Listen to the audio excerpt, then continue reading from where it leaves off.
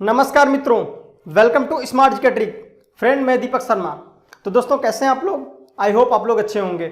तो दोस्तों, जैसा कि आपको पता है, ये जो क्लास है वो यूपीपीसीएल TG2 के लिए चलाई जा रही है। और दोस्तों, इस क्लास में हम देखने वाले हैं जो इलेक्ट्रॉनिक्स का लेक्चर नंबर 8 है। दोस्तों, आज हमारा 8वां लेक्चर है और आज के इस लेक्चर में देखने वाले हैं ब्रिज रेक्टिफायर और साथ ही साथ दोस्तों नेक्स्ट टॉपिक हमारा रहेगा फिल्टर सर्किट। सही दोस्तों, जैसा कि हमने आपको लास्ट लेक्चर में आपको पढ़ाया था रेक्टिफायर के बारे में। तो रेक्टिफायर क्या होता है? रेक्टिफायर एक ऐसा इलेक्ट्रॉनिक सर्किट होता है जिसके द्वारा हम दोस्तों अल्टरनेटिंग करंट यानी AC को एक पल्सेटिंग DC में कन्वर्ट कर देते हैं। लेकिन अगर हमें प्योर DC चाहिए होती है दोस्तों, उसके लिए हम फिल्टर सर्किट का प्रयोग करते हैं, जो कि हम अभी आगे पढ़ने वाले हैं। सही दोस्तों, तो उसके अंतर्गत दोस्तों हमने पढ़ा था कि रेक्टिफायर क्या होता है और रेक्टिफायर के क्लासिफिकेशन कितना, कौन कौन से रेक्टिफायर होते हैं, उनको कितने भागों में बांटा गया है। और दोस्तों कल हमने हाफ वेव रेक्टिफायर और फुल वेव रेक्टिफायर के बारे में हमने अध्ययन कर लिया था। तो दोस्तों फुल वेव रेक्टिफायर, उसमें दो टाइप पढ़ने हैं। एक तो होता है सेंटर टेप टाइप और सेकेंड ऑफ ब्रिज रेक्टिफायर। दोस्तों, जो सेंटर टेप टाइप था हमारा रेक्टिफायर, फुल वेव रेक्टिफायर, उसके बारे में हमने स्टडी लास्ट लेक्चर में किया था। और आज के इस लेक्चर में हम देखने वाले हैं जो आपका ब्रिज रेक्टिफायर है और साथ ही साथ दोस्तों फिल्टर सर्किट के बारे में हम अध्ययन करेंगे। तो दोस्तों, आप हमारे चैनल पे नए हैं तो अभी आप हमारे चैनल को सब्सक्राइब कर लें, उसके नीचे जो बेल आइकन है उसको प्रेस कर लें, जिससे हर वीडियो की नोटिफिकेशन आपको टाइम टू टाइम मिलती रहे। और दोस्तों, अगर हमारी वीडियो आपको अच्छी लगती हो तो इसको ज़्यादा से ज़्यादा शेयर करें, लाइक करें। और साथ ही साथ अगर कोई भी प्रॉब्लम आती है किसी भी पॉइंट में तो आप कमेंट बॉक्स में जरूर लिखें। सही दोस्तों, तो आइए हम स्टार्ट करते हैं आज का लेक्चर ब्रिज रेक्टिफायर। उससे पहले थोड़ा हम कंपेरिजन देखते हैं हाफ वेव रेक्टिफायर और full wave centre tap rectifier के बारे में। देखिए, हम शॉर्ट में लिखते हैं HWR यानी half wave rectifier, FWR full wave rectifier. Full wave rectifier का कौन सा हम पढ़ने वाले हैं? Centre tap transformer type FWR। ठीक है, फुल वेव रेक्टिफायर। दोस्तों, यहाँ पे HWR का मतलब है हाफ वेव रेक्टिफायर, जैसा कि हमने प्रीवियस लेक्चर में आपको पढ़ाया था। सही है। तो दोस्तों, इसमें कुछ ऐसे पॉइंट्स हैं जो आपको रिमेंबर करने हैं, दोनों में कंपैरिजन है। पहला पॉइंट तो देखिए दोस्तों, ये आपको ये मिल जाती है, अब इसको लिख लीजिए हाफ वेव रेक्टिफायर। हमने बताया रेक्टिफायर क्या है दोस्तों? रेक्टिफायर एक ऐसा सर्किट होता है जो AC को DC में कन्वर्ट करता है, लेकिन पल्सेटिंग DC में। सही दोस्तों, अब यहाँ बात करते हैं कि हाफ वेव का क्या मतलब है। हाफ वेव का मतलब है कि जो आउटपुट में DC मिले वो आधे चक्र के लिए ही प्राप्त हो। और फुल वेव का मतलब होता है कि जो हमें आउटपुट में DC प्राप्त हो वो पूरे चक्र के लिए प्राप्त हो। ये हम बात कर रहे हैं आउटपुट में प्राप्त DC। ठीक है दोस्तों, पहला पॉइंट ये समझिए कि अगर हाफ वेव रेक्टिफायर है तो जो इसमें दोस्तों आउटपुट मिलेगा DC आउटपुट, वो आधे साइकिल के लिए मिलेगा। लेकिन अगर फुल वेव रेक्टिफायर की बात करें तो वहाँ पे पूर्ण साइकिल के लिए यानी पूर्ण चक्र के लिए मिलेगा। अब सेकेंड अब बात करते हैं दोस्तों कि हाफ वेव रेक्टिफायर की जो दक्षता होती है, जिसको इफिशियंसी बोलते हैं, दक्षता, वो दोस्तों होती है 40.6%। लेकिन दोस्तों अगर बात करें फुल वेव रेक्टिफायर की, दोस्तों फुल वेव रेक्टिफायर की जो दोस्तों इफिशियंसी होती है वो हाफ वेव रेक्टिफायर से दूना होती है, यानी कह सकते हैं 81.2% होती है दोस्तों इफिशियंसी। ठीक है, ये होती है हमारी full wave centre tap transformer की, जो टाइप का फुल वेव रेक्टिफायर है उसकी दोस्तों इफिशियंसी। नेक्स्ट पॉइंट अगर देखें तो रिपल फैक्टर की, यानी जिसको बोलते हैं उर्मिका घटक।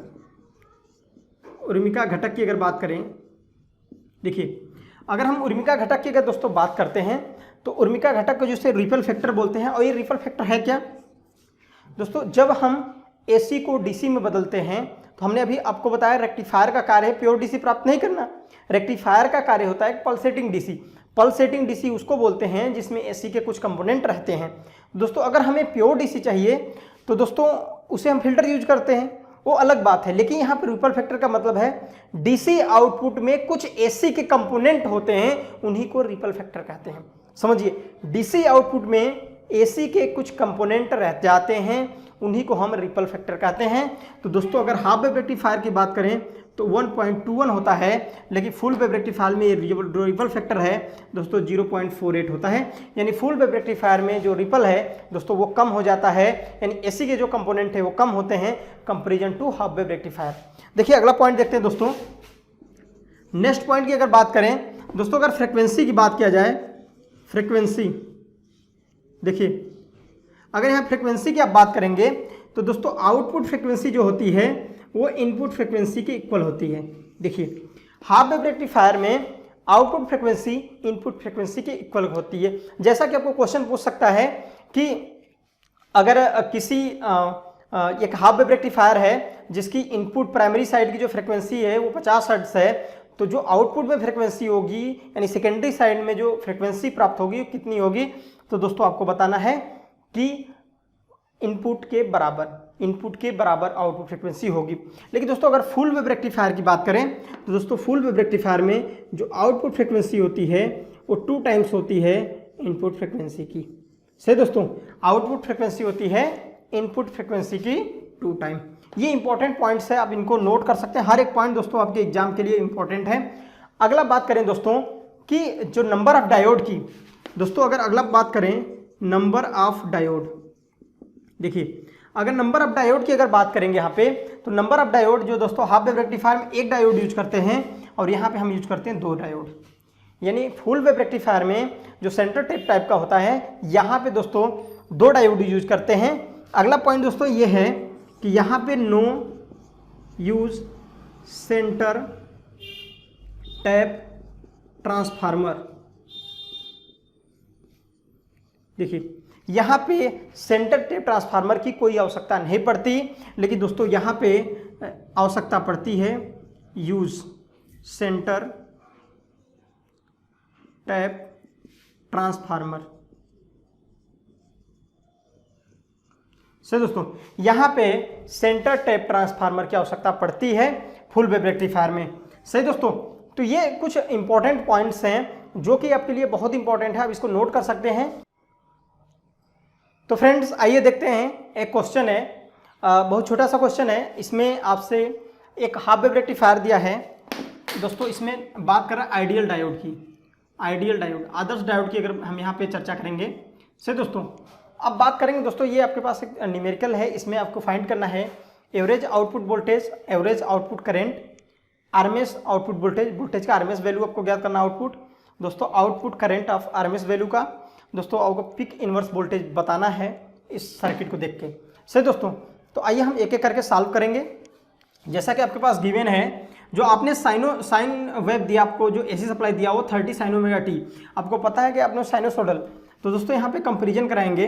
अगर हम बात कर लें कि एक फार्मूला होता है आई का इंस्टेंटेनियस वैल्यू क्या होगी, I am sine omega T. सही दोस्तों, अब यहाँ से दोस्तों अगर बात करें, तुलना कराएं, तो इसको लिख सकते हैं 30 साइन ओमेगा टी, यानी यहाँ से आप बता सकते हो कि आई एम बराबर 30 एम, मैक्सिमम जो करंट है वो 30 है। इसी तरह वी का जो दोस्तों वोल्टेज होता है, वोल्टेज का तात्क्षणिक मान होता है V M sine omega T. तो दोस्तों अगर आपको क्या चाहिए वी एम, तो यहाँ देखिए वी एम का जब क्या लिखा है 30 साइन ओमेगा टी, यानी आप बता सकते हैं कि वी एम आपका क्या है 30 है। यानी दोस्तों हमने क्या कराया है, इस समीकरण को इससे कंपैरिजन कराया है। सही दोस्तों, इन समीकरण को इससे कंपैरिजन कराया तो हमें 2 वोल्टेज मिल गया है, वोल्टेज का मान 30 वोल्ट मिल गया है, यहाँ पे एम्पियर मिल गया, 30 एम्पियर मिल गया है। सही दोस्तों, अब एक एक करके पॉइंट्स देखेंगे। पहला पॉइंट्स आपका एवरेज वोल्टेज आउटपुट वोल्टेज, तो दोस्तों क्या आपको निकालना है आउटपुट वोल्टेज, सही है, एवरेज मान, तो आपका क्या हो जाएगा, देखिए दोस्तों आपने पढ़ा है कि एवरेज जो आउटपुट वोल्टेज होता है, आपको आउटपुट वोल्टेज निकालना है, तो आप लिखेंगे V average upon R. R क्या दोस्तों, प्रतिरोध। आपने फार्मूला पढ़ा है कि बी अपान आर, अगर आपको सॉरी करंट हम निकालेंगे पहले, आई आउटपुट करंट, अगर आपको करंट निकालनी है तो आपने फार्मूला पढ़ा है अकॉर्डिंग टू ओम्स लॉ कि अगर हमें आउटपुट करंट चाहिए एवरेज करंट, तो एवरेज वोल्टेज बटे क्या करेंगे, रेजिस्टेंस करेंगे। सही दोस्तों, तो आप यहाँ से आई नॉट इक्वल टू कर सकते हैं एवरेज वोल्टेज को। दोस्तों अगर हम लिखा जाए तो यहाँ पे आपको पता है हाफ वेव रेक्टिफायर के लिए जो वी एवरेज होता है वी एम अपान पाई। क्या होता है दोस्तों? Vm अपान पाई। तो यहाँ पे आप लिख सकते हैं Vm upon pi into R. Sir दोस्तों, यह आई नॉट बराबर हो जाएगा आपका दोस्तों, ये Vm क्या हो जाएगा? Vm आपने फार्मूला निकाला है, वैल्यू यहाँ 30, इस वैल्यू को यहाँ पे 30 रख दीजिए अपन पाई और इंटू 5। तो दोस्तों आई नॉट जो आपका आ जाएगा 6 अपान पाई, ये आ गया आपका आई नॉट। क्या दोस्तों? ये आपका आई नॉट मिल गया। सेकंड है, ये हमने निकाल लिया output current, average output current. अब सेकंड हमें निकालना है फ्रेंड्स, हमने अभी ज्ञात किया सेकंड पॉइंट यहाँ क्या पूछ रहा था? Average output current, average output current. तो आपकी एवरेज आउटपुट करंट कितनी आ गई? 6 अपान पाई से। दोस्तों अब पहले पॉइंट पे जाते हैं, ये पूछ रहा है एवरेज आउटपुट वोल्टेज। दोस्तों आउटपुट वोल्टेज का एक एवरेज निकालेंगे तो दोस्तों हो जाता है आपका Vm अपान पाई। तो Vm अपान पाई, Vm की वैल्यू दोस्तों दिया है आपका 30 अपान पाई से। दोस्तों तो आपका आ जाएगा V नॉट इक्वल टू हो जाएगा 30 अपान पाई, तो आपका आंसर हो जाएगा। सही दोस्तों, V एवरेज आपके पास मिल जाएगा। सही है, ये हाफ वेव रेक्टिफायर के लिए है। अब दोस्तों नेक्स्ट देखते हैं कि पूछ रहा है आरएमएस आउटपुट वोल्टेज। दोस्तों आउटपुट वोल्टेज का आरएमएस वैल्यू पूछ रहा है। तो दोस्तों अभी हमने देखा 2 पॉइंट, आई नॉट हमें मिल गया जो एवरेज करंट थी 6 अपान पाई आई, V नॉट था 30 अपान पाई। 2 पॉइंट और हैं आपके पास। एक पूछ रहा है दोस्तों आउटपुट वोल्टेज, आरएमएस वैल्यू पूछ रहा है वोल्टेज का। तो दोस्तों V आउटपुट हो जाएगा आपका Vm अपान 2, क्योंकि आरएमएस वैल्यू जो होती है Vm अपान 2 होती है, V RMS बराबर दोस्तों Vm अपना आपका दिया है 30 अपान 2 यानी 15 वोल्ट। सही दोस्तों, आपको अगर आई नॉट चाहिए, आई नॉट यानी आरएमएस वैल्यू चाहिए आपकी करंट की, तो आप फार्मूला लिखोगे कि V RMS अपान R, और V RMS आपका होता है Vm बाई 2 इंटू आर। और दोस्तों Vm कितना है 30 अपान 2 इंटू आर की वैल्यू आप रख दोगे 5, तो यह आ जाएगा आपका 3 एम्पियर। सही दोस्तों, देखिए ये आपको पता है कि जो आपको वोल्टेज का अगर आपको आरएमएस वैल्यू चाहिए तो दोस्तों वोल्टेज का आरएमएस वैल्यू निकालने के लिए Vm अपान 2 करते हैं। करंट का आपको आरएमएस वैल्यू चाहिए तो वोल्टेज का आरएमएस वैल्यू निकाल लीजिए बटे करंट कर दीजिए, तो वोल्टेज का आरएमएस वैल्यू बटे 2। अब वोल्टेज का आरएमएस वैल्यू होता है Vm बाई 2। सही दोस्तों, तो यहाँ से आप वैल्यू फाइंड कर सकते हैं। और लास्ट पॉइंट था आपका ये 3 था, ये 4 था, 5th पॉइंट था आपका दोस्तों PIV, peak inverse voltage. Simple question है दोस्तों, PIV आपको भी मैंने बताया कि जो पिक इनवर्स वोल्टेज होता है वो Vm होता है, हाफ वेव रेक्टिफायर कंडीशन में मैक्सिमम वोल्टेज के बराबर होता है। तो दोस्तों यहाँ पे क्या आ जाएगा, PIV बराबर हो जाएगा मैक्सिमम वोल्टेज कितना 30, तो ये राइट आंसर हो जाएगा। तो दोस्तों ये छोटा सा न्यूमेरिकल था, आपको हमने एक ही क्वेश्चन में कई पॉइंट बताए, लेकिन आपसे क्या करेगा डायग्राम बना के एक एक पॉइंट पूछ सकता है, इनमें से कोई भी एक पॉइंट पूछ सकता है। अगर आपको इस क्वेश्चन में कोई भी प्रॉब्लम आती है आप कमेंट बॉक्स में जरूर लिखें हम। तो दोस्तों अगला मेरा टॉपिक है फुल वेव ब्रिज रेक्टिफायर। क्या है दोस्तों? Full wave bridge rectifier. तो दोस्तों जैसा कि इसका सर्किट डायग्राम है फुल वेव रेक्टिफायर का, फुल वेव ब्रिज रेक्टिफायर से दोस्तों फुल वेव ब्रिज रेक्टिफायर है। अब दोस्तों यहाँ बात करते हैं कि फुल वेव रेक्टिफायर कैसे डिफरेंस है फुल वेव जो आपका सेंटर टेप ट्रांसफार्मर था, से दोस्तों टाइप का रेक्टिफायर था। अब बात करते हैं दोस्तों इसकी कि पहली बात समझिए कि फुल वेव रेक्टिफायर क्या होता है। अगर आप ट्रांसफार्मर के प्राइमरी साइड में इनपुट सप्लाई देते हैं तो आफ्टर रेक्टिफिकेशन जो आउटपुट मिलता है वो पूर्ण चक्र के लिए मिलेगा, यानी same to same full wave rectifier की तरह। दोस्तों ब्रिज रेक्टिफायर का जो फंक्शन है आपको कुछ न कुछ सिमिलरिटी मिल रही है कि जो आपकी इफिशियंसी है वो भी उसी की तरह मिलेगी। तो दोस्तों यहाँ पे बात करें कि जो इसका आउटपुट होता है, आउटपुट यानी जो आपका फुल वेव ब्रिज रेक्टिफायर है इसका दोस्तों आउटपुट मिलता है पूर्ण चक्र के लिए। क्या मिलता है? आउटपुट पूर्ण चक्र के लिए प्राप्त होता है, यानी फुल साइकिल के लिए। सही दोस्तों, फुल साइकिल कहें तो ऐसे देखो टिक टिक चल दिया ना, ऐसे फुल साइकिल के लिए प्राप्त होता है, पल्सेटिंग मिलता है। सही दोस्तों, अगला बात करें दोस्तों कि इसकी दक्षता की जो इफिशियंसी है दोस्तों, इसकी दक्षता उतना ही होती है जितना कि फुल वेव रेक्टिफायर की थी कि 81.2%। नेक्स्ट पॉइंट है इसका रिपल फैक्टर की बात करें, उर्मिका घटक की, उर्मिका घटक दोस्तों इसका भी उर्मिका घटक 0.48 होता है। नेक्स्ट पॉइंट दोस्तों बात करें कि ब्रिज रेक्टिफायर का जो फ्रिक्वेंसी है दोस्तों, आउटपुट फ्रिक्वेंसी कितनी होगी दोस्तों, 2 टाइम ऑफ इनपुट फ्रिक्वेंसी की होती है। सही दोस्तों, अगला पॉइंट देखते हैं कि दोस्तों जो PIV था, पीक इनवर्स वोल्टेज, वो यहाँ पे चेंज हो जाता है, ये हो जाता है दोस्तों VM। ध्यान दीजिए, यहाँ पे पीक इनवर्स वोल्टेज VM हो जाता है, जबकि वहाँ पे होता था 2VM। ये बातें ध्यान रखना है, वहाँ पे पीक इनवर्स वोल्टेज 2VM हो जाता, 2 टाइम्स हो जाता था दोस्तों, लेकिन यहाँ पे क्या है कि ये हाफ वेव रेक्टिफायर के बराबर रहता है, कह सकते हैं पीक इनवर्स वोल्टेज का वैल्यू चेंज रहता है। अगला पॉइंट दोस्तों अगर बात करें कि यहाँ पे no need of centre tap transformer, दोस्तों यहाँ पे सेंटर टेप ट्रांसफार्मर की आवश्यकता नहीं पड़ती है। ये इंपॉर्टेंट बात है कि यहाँ पे कोई भी सेंटर टेप ट्रांसफार्मर का प्रयोग नहीं किया गया, क्योंकि यहाँ पे कोई सेंटर टेप प्रयोग कहीं भी सेंटर से टेपिंग नहीं की गई है। और दोस्तों बात करें अगला पॉइंट कि जो फुल जो ब्रिज रेक्टिफायर होता है, नंबर ऑफ डायोड की अगर बात कर लें दोस्तों, नंबर ऑफ डायोड जो होता है दोस्तों वो 4 होते हैं।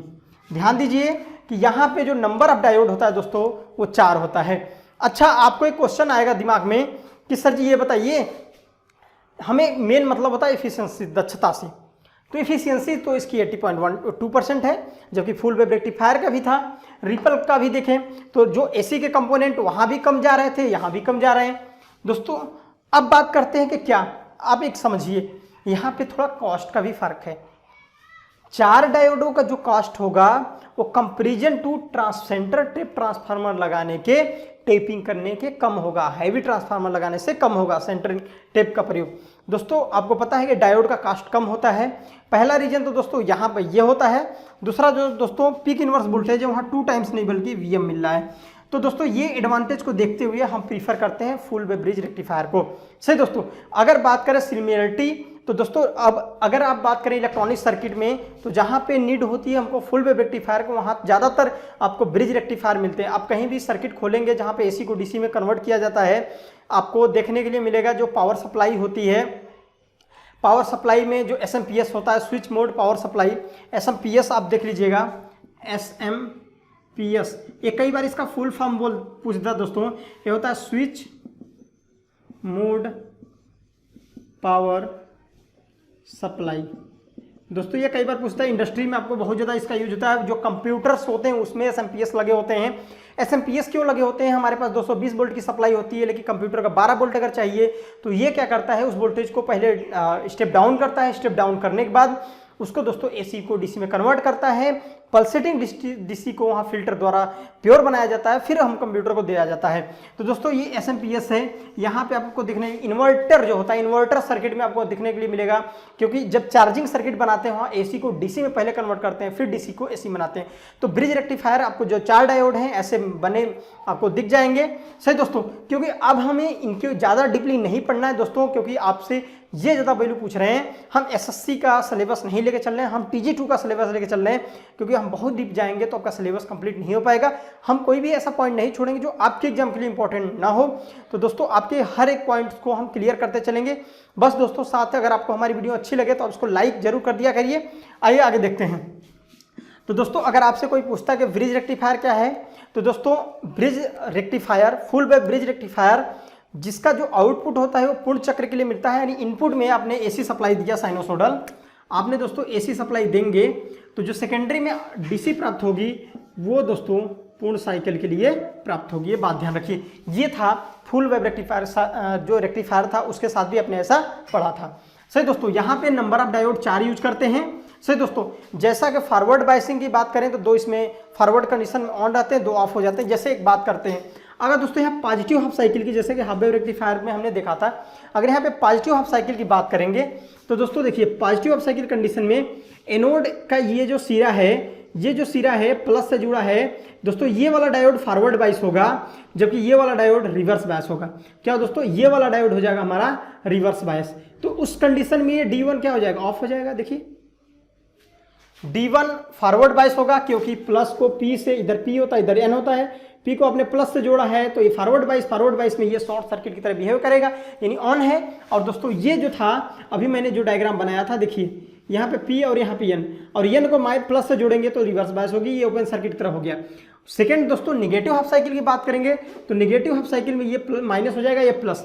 निगेटिव हाफ साइकिल कंडीशन देखिए कि ये वाला जो डायोड अब था देखिए, अच्छा पॉजिटिव हाफ साइकिल में एक चीज़ और देखना था, जब ये देखिए दोस्तों यहाँ पे निगेटिव को ऐसे जोड़ा गया है, इस कंडीशन में आप देखिए कि ये वाला जो डायोड है निगेटिव ये दोस्तों माइनस जुड़ा, ये रिवर्स बायस में हो जाएगा। और दोस्तों ये क्या हो जाएगा हमारा रिवर्स बायस में, क्योंकि माइनस P को माइनस से जोड़ दिया गया, ये हो जाएगा फॉरवर्ड बायस।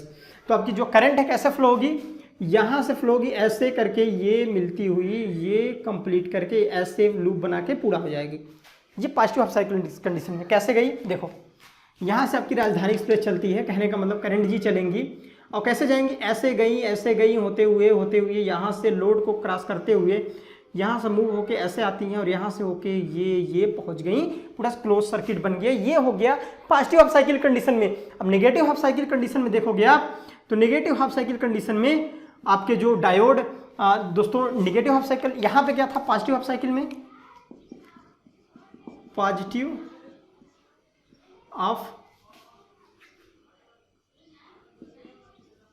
हाफ साइकिल में देखिए, पॉजिटिव हाफ साइकिल में आपका D3 और D4 ऑन थे, ठीक है, और D2 और D1 क्या थे, ऑफ थे।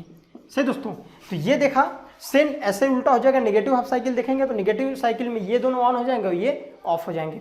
तो दोस्तों हमें इतना डीप नहीं जाना है, आगे देखते हैं जो फिल्टर सर्किट है। तो दोस्तों आपको समझ में आया होगा कि जो ब्रिज रेक्टिफायर है, फुल वेव रेक्टिफायर है और आपका जो हाफ वेव रेक्टिफायर है। सिंपल सी बात, रेक्टिफायर अगर कोई पूछता है आपसे क्या होता है, रेक्टिफायर एक ऐसा इलेक्ट्रॉनिक सर्किट है जो AC को DC बदलता है, वो पल्सेटिंग DC बदलता है, लेकिन अगर हमें प्योर DC चाहिए तो अकॉर्डिंग हम फिल्टर का यूज करेंगे, फिल्टर सर्किट का यूज करेंगे। हाफ वेव रेक्टिफायर की अगर बात करें तो हाफ वेव रेक्टिफायर की एफिशिएंसी 40.6% होती है, उसकी उर्मिका घटक 1.21 होती है, जो उसकी दोस्तों आउटपुट फ्रिक्वेंसी होती है इनपुट फ्रिक्वेंसी के बराबर होती है। पीक इनवर्स वोल्टेज दोस्तों वो VM मैक्सिमम वोल्टेज के बराबर होता है। ये दोस्तों हाफ वेव रेक्टिफायर के बारे में, वहाँ पे नंबर ऑफ डायोड 1 यूज करते हैं, फुल वेव में 2 डायोड यूज करेंगे, सेंटर टिप ट्रांसफार्मर का प्रयोग करेंगे। और दोस्तों बात करें उसकी इफिशियंसी जो होगी दूनी हो जाएगी, 81.2% हो जाती है। तो सब इंपॉर्टेंट आपको मैंने लिखवा दिया है, ये हर एक पॉइंट आपके लिए एग्जाम के लिए इंपॉर्टेंट है, आप इसको नोट करिए और इसको लर्न करिए। अगला हम देखते हैं टॉपिक फिल्टर। तो दोस्तों अगला मेरा टॉपिक है फिल्टर। यहाँ पे दोस्तों इलेक्ट्रॉनिक्स फिल्टर के बारे में बात करेंगे, लेकिन उससे पहले दोस्तों हम नॉर्मली जो घरों में यूज होता है वो फिल्टर की बात करते हैं। दोस्तों कई बार आपने सुना होगा कि फिल्टर, सबसे छोटा सा एग्जांपल ले लीजिए फिल्टर के बारे में। आजकल घर में RO वाटर पीते हैं आप, मतलब जो आपका प्योर शुद्ध जल होता है। कहने का मतलब दोस्तों जो उसमें इम्प्योरिटी जो आपके घरों में टंकी से पानी आता है या फिर दोस्तों उसको हम पीते नहीं हैं। आपके घरों में दोस्तों एक्वागार्ड या कई सारी ऐसी कंपनियां हैं जो कि फ़िल्टर बनाती हैं, आप रखते हैं, वो जो पानी है प्योरीफाई हो जाता है तब आप उसको पीते हैं। कहने का मतलब उसमें जो इम्प्योरिटी है उसको आपने दूर कर दिया तो आप वाटर को पीते हो तो कहते हो ये शुद्ध है, हमारे बॉडी के लिए सही है। सही दोस्तों, तो सेम कंडीशन ऐसा है कि जैसे आपकी बॉडी के लिए शुद्ध जल पीना सही है, कहने का मतलब आप अच्छा जल पीते हो, इम्प्योरिटी को दूर करके पीना चाहते हैं तो बोलते हैं कि शुद्ध अच्छा जल पियोगे तो लंबी टाइम तक चलोगे। वही कंडीशन दोस्तों यहाँ फिल्टर मशीनों में भी तो है। अगर दोस्तों आप फिल्टर का सर्किट का यूज नहीं कर रहे हैं, आप पल्सेटिंग डीसी किसी मशीन को दे रहे हैं, आप पल्सेटिंग डीसी देते रहिए, कुछ दिनों बाद जल्दी खराब हो जाएगी। प्योर डीसी देंगे तो उसकी जो लाइफ है वो बढ़ जाएगी, हो सकता है जो डिसएडवांटेज होने वाले हैं वो खत्म हो जाए। तो आई होप आपको बात समझ में आ रही है कि फिल्टर जिस तरह हमारी खाने पीने वाली चीज़ों के लिए फिल्टरिंग जरूरी है, सेम कंडीशन है कि जो इलेक्ट्रॉनिक्स इक्विपमेंट हैं उनके लिए भी जो हम चीज़ दे रहे हैं वो फिल्टर करके दें तो बेटर हो सकता है। तो आइए समझते हैं यहाँ पे इलेक्ट्रॉनिक्स फिल्टर की बात। हम घरों में पानी वाले फिल्टर की बात नहीं करेंगे, यहाँ पे इलेक्ट्रॉनिक्स फिल्टर की बात करेंगे। सही दोस्तों, तो देखिए फिल्टर क्या होता है आप लिख सकते हो। पहले लेआउट इसका देखते हैं दोस्तों। फिल्टर का क्या होता है दोस्तों, सबसे पहले देखिए हमारे घरों में सप्लाई होती है एसी। हम एक चार्जिंग सर्किट की कंडीशन बनाएंगे। देखिए दोस्तों हमारे पास ये एसी सप्लाई है 220 वोल्ट की, ठीक है। अब दोस्तों हमने क्या किया, यहाँ पे हमने पे एक ट्रांसफार्मर लगा दिया, ये किट किट किट किट बन गया और ये हमारा हो गया ट्रांसफार्मर। इस ट्रांसफार्मर का नाम है स्टेप डाउन। ट्रांसफार्मर। ये दोस्तों हमारा हो गया ट्रांसफार्मर, सही है। इस ट्रांसफार्मर से वायर निकाला और जो आपका, अच्छा इस ट्रांसफार्मर का यूज क्या है कि देखिए चार्जिंग के लिए हमें 5 वोल्ट चाहिए। अगर हमें क्या चाहिए 5 वोल्ट, आउटपुट हमें 5 वोल्ट चाहिए। तो हमारे घरों में 5 वोल्ट तो ऐसी आती नहीं है, हमारे घर में तो 230 वोल्ट आती है, तो फेस टू फेस 400 वोल्ट आएगी। दोस्तों हमें कोई ना कोई, तो यहाँ पे मान लीजिए 230 वोल्ट है इंडिया के स्टैंडर्ड वोल्टेज, तो आप इसको लोड को आपको 5 वोल्ट चाहिए, तो आप उसको स्टेप डाउन तो करेंगे ना, हाँ करना पड़ेगा भाई साहब। तो दोस्तों ये हो जाएगा 5 वोल्ट, लेकिन अभी भी एसी है। क्या दोस्तों, अभी भी एसी है। अब यहाँ पे यूज करते हैं हम रेक्टिफायर सर्किट, या हाफ वेव या फुल वेव। चलो हम बना देते हैं डायोड। इस डायोड का कार्य है कि पीएन जंक्शन डायोड है दोस्तों। ये क्या करेगा, एसी को डीसी बनाएगा। यहाँ पे अगला हमारा सर्किट कौन सा हो गया, रेक्टिफायर। रेक्टिफायर सर्किट यूज कर दिया, सही दोस्तों। ये रेक्टिफायर सर्किट हमने यहाँ पे यूज कर दिया। देखिए हाफ वेव फुल वेव वो इच्छा अनुसार हम लेंगे, उससे बात नहीं है। हमने क्या किया, 230 वोल्ट की सप्लाई दिया, वोल्टेज को कम कर लिया क्योंकि 5 वोल्ट चाहिए। मोबाइल को 230 वोल्ट दे देंगे तो मोबाइल जी चली जाएंगी ना, कहाँ चले जाएंगी वो बाद में पता चल जाएगा आपको। देखिए तो ये क्या है कि डायोड है, डायोड से आप क्या करेंगे, एसी को डीसी बदलेंगे। क्या ये डीसी एसी प्योर डीसी होगी ना, ये होगी पल्सेटिंग डीसी। क्या होगी, पल्सेटिंग डीसी। जब दोस्तों रेक्टिफिकेशन होता है तो यहाँ पे आती है एसी प्लस डीसी, यानी इसको बोलते हैं पल्सेटिंग डीसी। क्या बोलते हैं दोस्तों, पल्सेटिंग डीसी। अब एसी को डीसी में बदल दिया, पल्सेटिंग डीसी। हमें तो चाहिए प्योर। अगर बताया ना कि शुद्ध अशुद्ध जल आप पीते रहोगे तो जल्दी से आपकी जो सिस्टम है ना, नर्वस सिस्टम, वो खराब हो जाएगा। जो आपका खराब हो जाएगा तो उसी तरह आप इम्प्योरिटी देते रहोगे ना किसी इलेक्ट्रॉनिक्स मशीन को, उसका भी सिस्टम खराब हो जाएगा। जब खराब हो जाएगा तो फिर से नया खरीदना पड़ेगा ना यार। चलो वो तो मिल जाएगी लेकिन आप नहीं मिलोगे। आप ध्यान रखना, शुद्ध जल पियो लंबी उम्र जियो, ये नारा आपने पढ़ा होगा। देखिए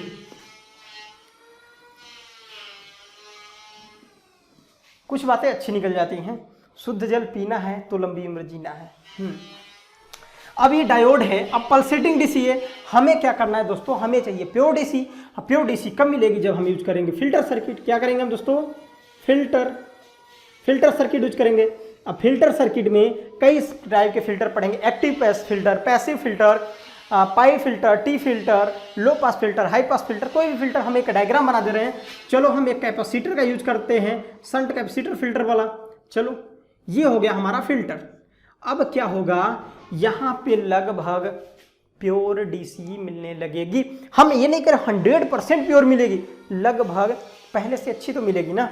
हम नहीं करेंगे शुद्ध प्योर कर देगा वो, जो आपका आरो वाटर आता है ना, वो प्योर शुद्ध नहीं, मैं 100% नहीं कर सकता, लेकिन पहले की अपेक्षा वो शुद्ध है। तो दोस्तों अब क्या हो गया, यहाँ पे लगभग अप्रोक्स बोल सकते हैं, अप्रोक्स प्योर डीसी मिलने लगेगी। सही दोस्तों, अब जो लगभग है प्योर डीसी मिलने लगेगी। अब बात करें यहाँ पे लोड, अब इसके आगे एक और फील्ड सर्किट लगाते हैं जिसको बोलते हैं रेगुलेटर सर्किट। क्या बोलते हैं, रेगुलेटर सर्किट। अच्छा रेगुलेटर सर्किट क्यों लगाते हैं, मान लीजिए सब काम कर दिया, प्योर आपने दिया, उसके बाद ये भी तो देखना है कि हम पानी कहीं ज़्यादा ना पी लें आवश्यकता के अनुसार। ऐसा ना हो कि पानी पीते रहे पेट, हाँ ऐसा नहीं करना है। हमें क्या करना है, जितना लोड है उसी के अकॉर्डिंग तो वोल्टेज देना है यार। सपोज करो इधर बढ़ गया तो हम थोड़ी बढ़ा देंगे, हम तो कमी अपने अनुसार खाएंगे ना।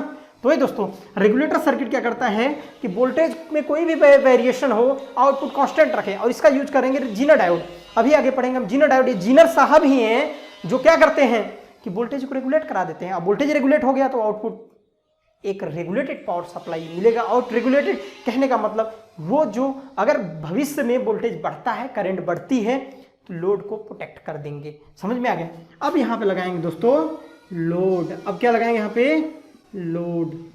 इसको 5 वोल्ट प्योर डीसी मिल रही है, फिल्टर वाली डीसी मिल रही है, रेगुलेटेड डीसी मिल रही है। अब क्या चाहिए, हमारा बेहतरीन तरीके से चलेगा सिस्टम। क्या चलेगा, सिस्टम। तो ये दोस्तों एक चार्जिंग सर्किट है, चार्जिंग सर्किट। सही दोस्तों, ये चार्जिंग सर्किट के रूप में बना, समझाने की कोशिश किया है। तो आपको फिल्टर का मतलब समझ में आएगा। आपका यहाँ पे फिल्टर का सेक्शन ये है। फिल्टर का कार्य है कि जो आपकी पल्सेटिंग डीसी थी उसको उसने क्या किया, प्योर डीसी बना दिया। तो ये है फिल्टर साहब। तो आइए कुछ पॉइंट्स नोट करते हैं। तो पहला पॉइंट जो आपका, remove the ripple from DC output. Remove ripple from DC output, यानी दोस्तों जो डीसी आउटपुट है उसको रिपल को समाप्त कर देगा। दूसरा पॉइंट क्या लिखेंगे दोस्तों, जो एसी में डीसी आउटपुट में जो एसी के कंपोनेंट रहते थे उसको दूर करना। डीसी आउटपुट से एसी कंपोनेंट को दूर करना, यानी दोस्तों जो आपका डीसी आउटपुट था उससे क्या करते थे, एसी कंपोनेंट को दूर करना। तीसरा था हमारा ये दोस्तों टारगेट था, तीसरा क्या कि प्योर डीसी प्राप्त करना। आया थीम समझ में आया दोस्तों। फिल्टर साहब का कार्य है कि जो रिपल है उसको खत्म कर देंगे डीसी आउटपुट से, यानी जो डीसी आउटपुट में एसी कंपोनेंट थे उसको नष्ट कर देंगे, हटा देंगे। या तीसरी बात दोस्तों कहें कि डीसी आउटपुट प्योर डीसी प्राप्त करने के लिए हम फिल्टर सर्किट का यूज करते हैं। तो दोस्तों आई होप आपको समझ में आएगा। तो दोस्तों आज के लिए हम इतना ही करते हैं।